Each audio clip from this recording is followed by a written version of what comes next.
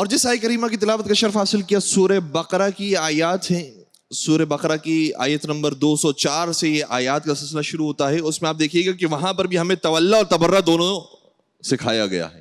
آیت نمبر 204 کے اندر ارشاد یہ ہوتا ہے کہ وَمِنَ النَّاسِ مَن يُعْجِبُكَ قَوْلُهُ فِي الْحَيَاةِ الدُّنْيَا وَيُشْهِدُ اللَّهَ عَلَى مَا فِي قَلْبِهِ وَهُوَ أَلَدُّ الْخِصَامِ.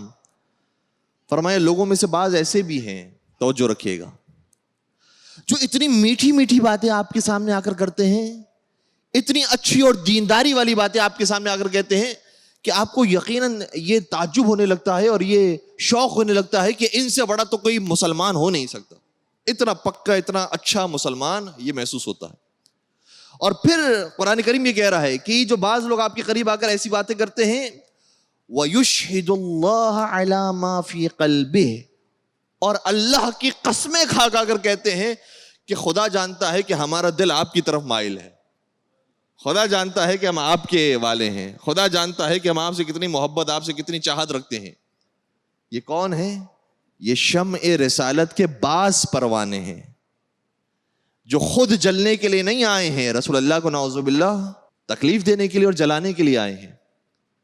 تو باتیں بہت میٹھی کرتے ہیں, لیکن پروردگار نے اپنے حبیب کو یہ ہوشدار دیا کیا کہ ان کی باتوں میں آئیے گا نہیں. وَهُوَ أَلَدُّ الْخِصَامِ, یہ جو اپنے آپ کو بڑے دیندار اور متقی پرہیزگار ثابت کرنے کی کوشش کر رہے ہیں, خدا جانتا ہے یہی سب سے بڑے دشمن ہیں.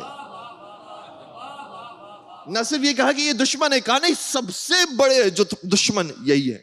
اور آج بھی آپ کو حالیہ ماحول کے اندر, چاہے آپ عالمی سطح پر دیکھیں چاہے آپ ملکی سطح پر دیکھیں, ایسے افراد آپ کو مل جائیں گے کہ جو نام تو بڑے شاندار استعمال کرتے ہیں, ان کے نام کے آگے ٹائٹلز تو بہت بڑے بڑے لگے ہوئے ہیں, لیکن اگر دیکھا جائے حقیقت کے اندر تو وَهُوَ أَلَدُّ الْخِصَامِ, یہی بدترین دشمن ہے. یہ ہو گئی سورہ بقرہ کی آیت نمبر 204. اس میں بیان کیا گیا کہ ایسے لوگ ہیں اور یہ لوگ حکومت میں بھی آئیں گے, یہ بھی بیان کر دیا گیا.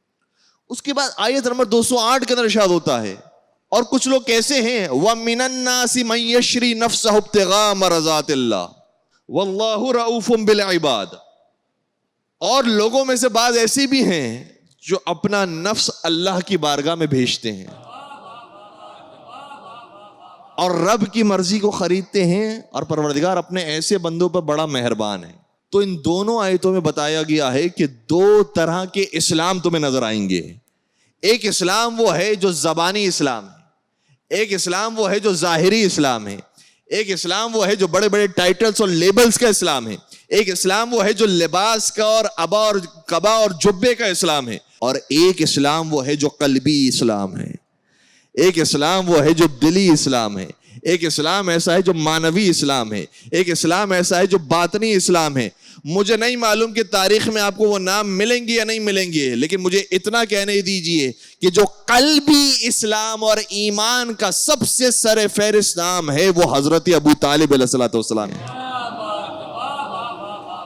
اور پھر تلاش کیجئے گا کہ اس اسلام کا کہ جو زبانی اسلام ہے اس کا سربراہ کون ہے. تو اسلام اگر ہو تو دل کا اسلام ہو, اور جس اسلام نے سب سے زیادہ حقیقی اسلام کو نقصان پہنچایا ہے وہ یہی ظاہری لباس کا اسلام. مولا احمد تقیان نہج البلاغہ میں شاہ فرماتے ہیں جب جنگ کے لیے تشریف لے جا رہے تھے, نامہ نمبر 15 کو آپ دیکھیے گا. ویسے تو نامہ نمبر 15 کا مطلب یہ ہے کہ کوئی خط ایسا ہے کہ جو امام نے لکھا ہے, نامہ ایسا ہے جو امام نے لکھا ہے, لیکن یہ نامہ نہیں تھا, یہ اصل میں خطبہ تھا کہ جس کو سید رضی نے نامے کی فہرست میں شامل کیا. اب اس کی وجوہات کیا تھی وہ اپنے مقام پر, تو یہ خطبہ تھا مولا کا. جب جنگ کے لیے جا رہے تھے تو بعض افراد کے اندر دیکھا کہ ایک تشویش پائی جاتی ہے کہ ہم ان کے مقابلے میں جنگ کرنے کے لیے جا رہے ہیں کہ جن کا نعرہ بھی لا الہ الا اللہ ہے اور ہمارا کلمہ بھی لا الہ الا اللہ ہے, تو یہ کیا مسئلہ ہے, ہم کیوں ان سے جنگ کر رہے ہیں, ہم کیوں ان کے مقابلے میں کھڑے ہو رہے ہیں. حالانکہ میرے مولا کا کبھی یہ طریقہ نہیں تھا کہ جنگ کے اندر پہل کی جائے, نہ حضور مکرم کا طریقہ رہا, نہ مولا متقیان کا طریقہ رہا, نہ حسن مجتبیٰ کا طریقہ رہا, نہ سرکار سید الشہداء کا طریقہ رہا.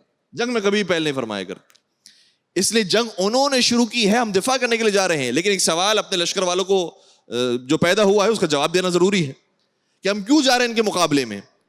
میرے مولا نے شاہ فرمایا فَوَالَّذِي فلک الحب وبرأ النسم، اس خدا کی قسم جو دانے کو شگافتہ کرتا ہے اور اس میں سے درخت پیدا کرتا ہے، اور اس خدا کی قسم کہ جو جانداروں کو پیدا کرتا ہے. ما اسلموا ولکن استسلموا واسروا الکفر فلما وجدوا اعوانا علیہ اظہروا. فرمایا کہ تم یہ سمجھتے ہو کہ یہ مسلمانوں کا لشکر ہے کہ جو ہمارے مقابلے میں کھڑا ہوا ہے؟ یہ مسلمانوں کا لشکر نہیں ہے. انہوں نے اپنے کفر کے اوپر اسلام کی چادر اوڑھ لی ہے. یہ اندر سے کفر اختیار کیے ہوئے ہیں، انہوں نے اسلام کی چادر اوڑھی ہوئی ہے. فلما وجدوا اعوانا علیہ اظہروا، اور جب انہیں اپنے جیسے لوگ مل جائیں گے تب تم دیکھنا یہ اپنے کفر کا اظہار ضرور کریں گے. اس زمانے میں یہ باتیں سمجھ میں نہیں آتی تھی کہ اپنے کفر کا اظہار کب کریں گے، لیکن جب علی کے علی بیٹے حسین ابن علی کا زمانہ آیا تو پھر وہ منبر پر آیا ہے جس سے اپنے کفر کا علل اعلان کیا اور اظہار کر کے وہ کہتا ہے کہ لعبت ہاشم بالملک فلا خبر جاء ولا وحی نزل. یہ تو بنی ہاشم نے ڈھونگ رچایا تھا، ورنہ کوئی نہ نبوت آئی تھی، نہ کوئی وحی آئی تھی، نہ کوئی قرآن آیا تھا.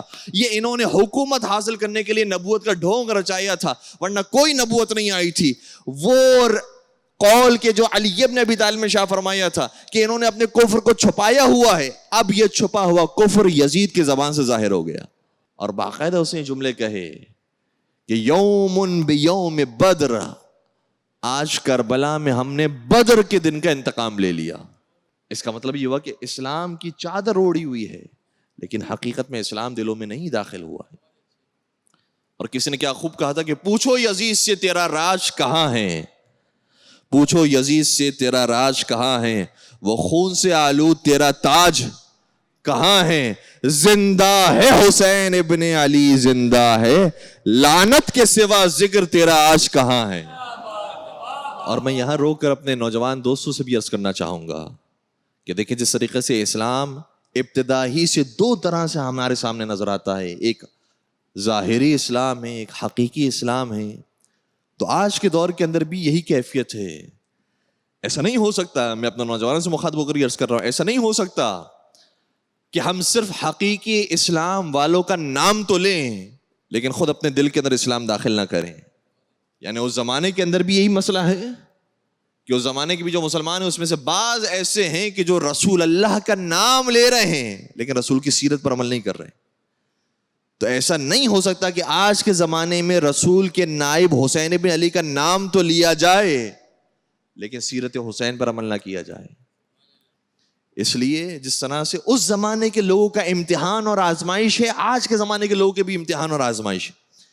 اس لیے آقا حسین نے بھی کربلا میں باقاعدہ یہ جملے شاہ فرمائے ہیں کہ الناس عبید الدنیا والدین لائق علی السنتہم.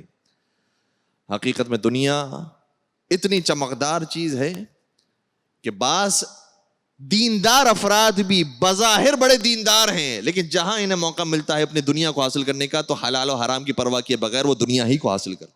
اس لیے اس زمانے کے اندر بھی بعض افراد کے کردار کو ٹٹولنا ضروری تھا کہ تم صرف نام لے رہے ہو دین کا، یہ حقیقت میں بھی دین اترا ہوا ہے. اور پھر آگے شاہ فرماتے ہیں کہ دین بعض لوگوں کی صرف زبانوں پر موجود ہے. جہاں دین میں مشکلات آنا شروع ہوئی اور امتحانات آنا شروع ہوئے تب پتہ چلے گا کہ کون کتنا دیندار ہے. اور دیکھیے گا، میں ایک جملہ اپنے تمام مسلمانوں کے لیے عرض کرنا چاہ رہا ہوں. حسین ابن علی میں اور اس زمانے کے جتنے محترم اور مقدس شخصیات ہیں ان میں بڑا فرق ہے. ہم تمام علماء کرام کا احترام کرتے ہیں، ہم تمام فقہاء کرام کا احترام کرتے ہیں، اور جتنے اہل علم مفتیان کرام ہیں ان کا احترام کرتے ہیں. لیکن فرق ہے اہل علم ہونے میں اور اہل اللہ ہونے میں. اہل علم کون ہوتا ہے؟ جو ظاہری طور پر قرآن کریم پڑھتا ہے، جو ظاہری طور پر روایات پڑھتا ہے، جو ظاہری طور پر تاریخ پڑھتا ہے، جو ظاہری طور پر فلسفہ عرفان پڑھتا ہے، جو سیاست کو دیکھتا ہے اور اس کے بعد اپنا قدم آگے بڑھاتا ہے. اس کو کہا جاتا ہے یہ اہل علم آدمی ہے، یہ اہل سیاست ہے، یہ شعور رکھنے والا ہے، یہ عاقل انسان ہے. لیکن ایک شخص وہ ہوتا ہے کہ جو صرف اہل علم نہیں ہے بلکہ اس کا کنیکشن اللہ سے بھی ہے. اس کا پھر عمل مختلف ہوتا ہے. بسا اوقات تو ایسا نظر آتا ہے کہ اہل علم اور اہل اللہ ایک ہی جگہ پر نظر آ رہے ہیں، تب تو کوئی مسئلہ نہیں ہے. لیکن کبھی کبھار ایسا ہوتا ہے کہ اہل اللہ کچھ کہتے ہیں اور دنیا کی جو بظاہر علماء اور اہل علم ہیں وہ کچھ کہہ رہے ہیں. میں آپ کی خدمت میں مثال پیش کروں, قرآن کریم کی مثال ہے اور انشاءاللہ ہمارے بچوں تک یہ بات پہنچے گی. میں نام لیے بغیر عرض کر رہا ہوں. فرض کیجئے ابھی ذی الحج کا مہینہ گزرا, ایک شخص ایسا ہے کہ جو صبح سویرے اپنے بچے کے ساتھ گھر سے باہر نکلا اور ہم نے دیکھا کہ ایک ہاتھ میں بچہ ہے, دوسرے ہاتھ میں خنجر موجود ہے. ہم سب ڈر گئے کہ یہ کیا کرنے والا ہے. ہم نے کہا کہ ذی الحج کا مہینہ ہے بھائی, یہ کسی جانور پر ہی خنجر چلائے گا, لیکن کیا دیکھا کہ اس نے اپنے بچے کو لٹا دیا. اب معاملہ بڑا سنگین ہو گیا. ہم نے کہا یہ تو بڑا باشعور آدمی لگتا ہے, سمجھدار آدمی لگتا ہے, اس کو کیا ہو گیا, خنجر لے کر اپنے بچے کو لٹا دیا ہے, خیریت تو ہے. تھوڑی دیر نہیں گزری تو وہ خنجر اس نے اپنے بچے کی گردن تک بھی پہنچا دیا. اب ہم سے نہیں رہا گیا. ہم جتنے اپنے علم کے حساب سے اور طالب علمی کے حساب سے ہم آگے بڑھے. ہم نے کہا کہ ویسے تو آپ بڑے نیک شریف آدمی معلوم ہوتے ہیں, یہ آپ کیا حرکت کر رہے ہیں؟ خنجر آپ بجائے اس کے کہ جانور پر چھری چلائیں, آپ نے اپنے بچے پر ہی چھری چلا دی. کیا وجہ ہے کہ اپنے بچے پر آپ نے چھری رکھ دی؟ اگر اہل علم ہوگا تو کہے گا کہ میرے لیے چھری رکھنا اپنے بچے پر حرام ہے. لیکن اگر اہل اللہ ہوگا اور حکم خدا کا پابند ہوگا تو کہے گا کہ میں اپنی لاجک سے کوئی فیصلہ نہیں کرتا, میں اپنی عقل اور اپنے علم کی بنیاد پر فیصلہ نہیں کرتا, میں وہی کرتا ہوں جو حکم الہی ہوتا ہے. اس لیے چونکہ مجھے حکم یہ ہے کہ خنجر اٹھاؤ اور اپنے بچے کی گردن پر رکھ دو, تو میں اس حکم کا پابند ہوتے ہوئے اس خنجر کو اپنے بچے کی گردن پر رکھوں گا. تو آپ کو اندازہ ہو گیا کہ اہل علم کا نظریہ کچھ اور ہوتا ہے, اہل اللہ کا نظریہ کچھ اور ہوتا ہے.